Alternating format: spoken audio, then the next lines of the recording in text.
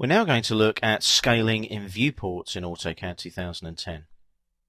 We already have our two dimensions here in the model space, and as you can see the blue symbol there is telling us that they are annotative dimensions.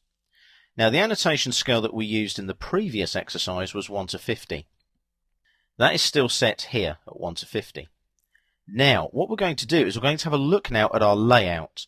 What happens now if I need some different viewports at differing scales in the Layout tab?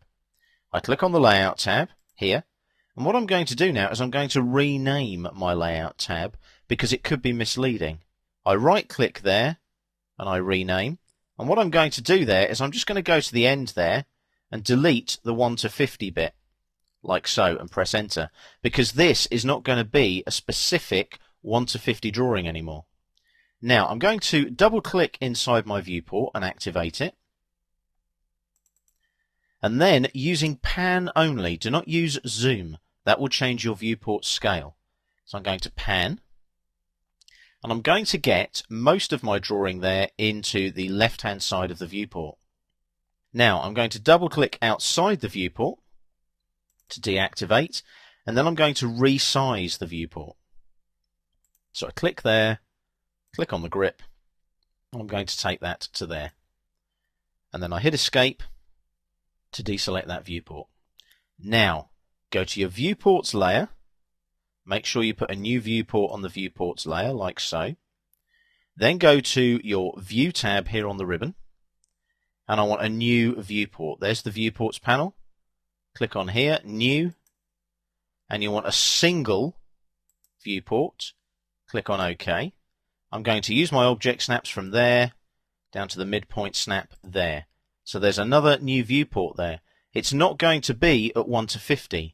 Any new viewport automatically zooms to extents. Now I don't want it to be 1:50. What I want to do there is I want to change what's in that viewport. So I'm going to double click inside the viewport. I'm going to then roll upwards on the wheel until I see what I want to see, which is the living area. I'm going to just pan and zoom until I get that living area exactly where I want it in the viewport. Something like that will be fine.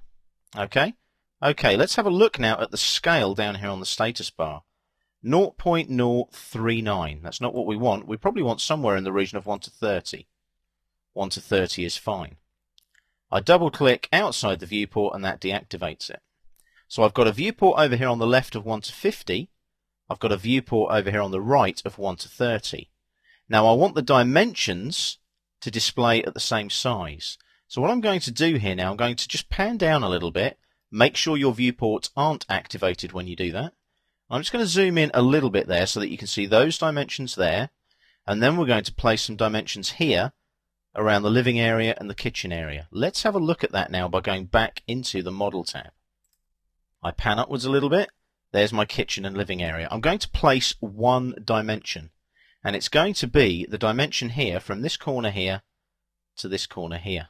Now, what I do now is I go here to the status bar, click 1:30, because I need my new annotation scale to be 1:30. I go back to my home tab, linear dimension, change the layer first, remember?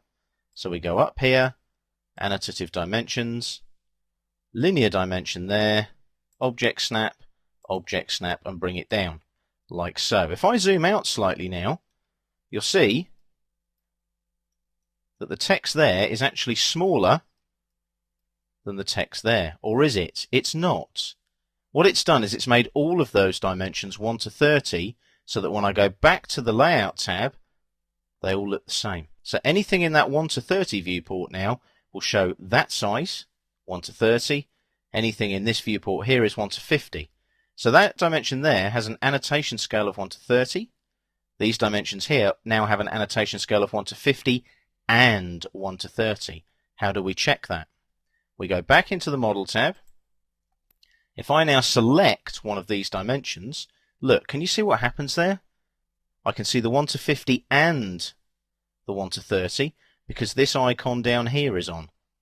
Can you see it? Display annotative objects for all scales.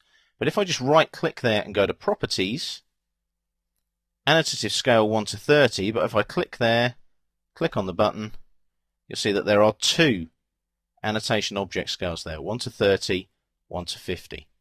That's because I've added the other scale, the 1 to 30 scale.